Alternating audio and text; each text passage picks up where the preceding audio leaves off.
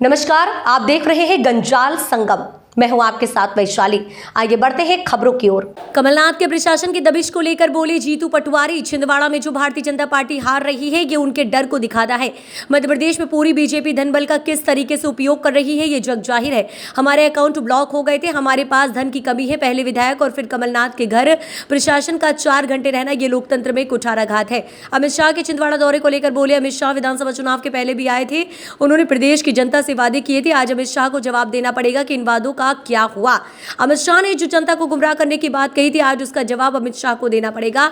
BJP के घोषणा पत्र की अगर कांग्रेस के घोषणा पत्र से मूल्यांकन करे तो बीजेपी गरीब कर जनता को आटा देना चाहती है, पर कांग्रेस नौकरी, कांग्रेस का घोषणा पत्र ऐसा है कि उससे देश आत्मनिर्भर बने, देश में रोजगार के अवसर बढ़े। युवा कांग्रेस के प्रदेश अध्यक्ष यादव पर एफआईआर को लेकर बोलो बीजेपी का काम प्रशासन और लोकतंत्र की हत्या करना है। डरे और कायर लोग इस तरह की घटनाएं करते हैं। छिंदवाड़ा में जो कृत्य भारतीय जनता पार्टी और प्रशासन द्वारा किया गया, ये उनके डर को चिल्ला चिल्ला कर बता रहा है। राहुल गांधी जी के हेलीकॉप्टर की जांच करना ये महसूस कराता है कि इस देश में लोकतंत्र की हत्या हो रही है। आप देखो, नरेंद्र मोदी जी, भारतीय जनता पार्टी के तमाम नेता, मध्य प्रदेश में भी पूरी बीजेपी धन बल का किस तरीके से उपयोग कर रही है, जग जाहिर है। खुला नाच, नंगा नाच। दूसरी तरफ हमारे पास तो हमारे खाते सील थे, आर्थिक संसाधन की कमी है। हमारे कई कैंडिडेट एक वोट एक नोट की बात करते हैं। ऐसे में इस तरह की हरधर्मिता, एक विधायक के घर पे 4 घंटे तक पुलिस का रहना, फिर कमलनाथ जी के घर पे इस तरीके की घटनाक्रम करना, ये लोकतंत्र के साथ एक तरह से कुठाराघात है, उसकी हत्या है। इसकी निंदा पूरी मध्य प्रदेश की जनता ने करनी चाहिए। दूसरी ओर अमित शाह जी आज आ रहे हैं। अमित शाह जी विधानसभा के चुनाव के पहले भी आए थे।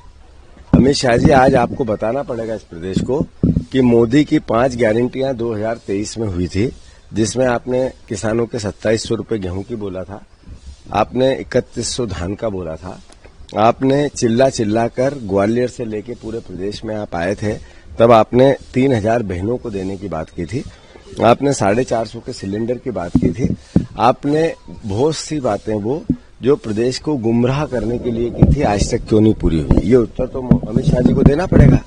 साथ ही साथ भारतीय जनता पार्टी का घोषणा पत्र, जिसमें बात की गई है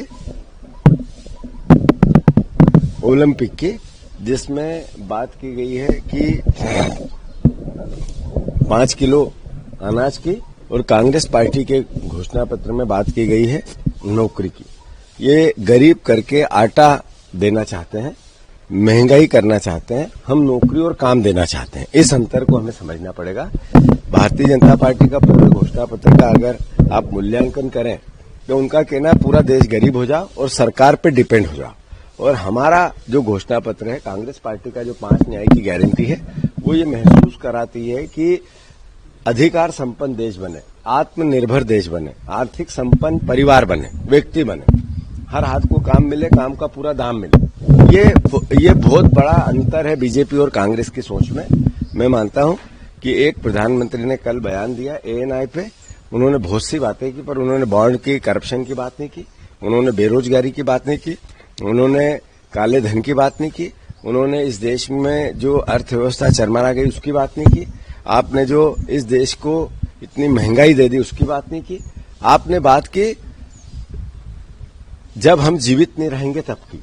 प्रधानमंत्री, आज उनकी उम्र है, भगवान करे वो ईश्वर करे 100 साल जिए, पर एक व्यक्ति का अपना एक विजन होता है, 47 की बात करेंगे जब वो 100 साल से ऊपर हो जाएंगे। इस तरह की भावना गुमराह करने की भावना है। आपने 10 साल में डिलीवर क्या किया, ये पता चलना चाहिए देश को, प्रदेश को। आप 10 साल में क्या आपकी फेलिवर रहे, वो कांग्रेस पार्टी बार बार बता रही है। मैं मानता हूं झांसा विधान जो देश के सामने बीजेपी का वचन पत्र है, घोषणा पत्र है, विजन है, झांसा है, झांसा। तो इस झांसे से प्रदेश और देश की जनता बचे, ये मेरा आग्रह है। इसी प्रकार की तरोताजा अपडेट के लिए बने रहे गंजाल संगम चैनल पर। साथ ही चैनल को लाइक, शेयर, सब्सक्राइब जरूर करें। नमस्कार।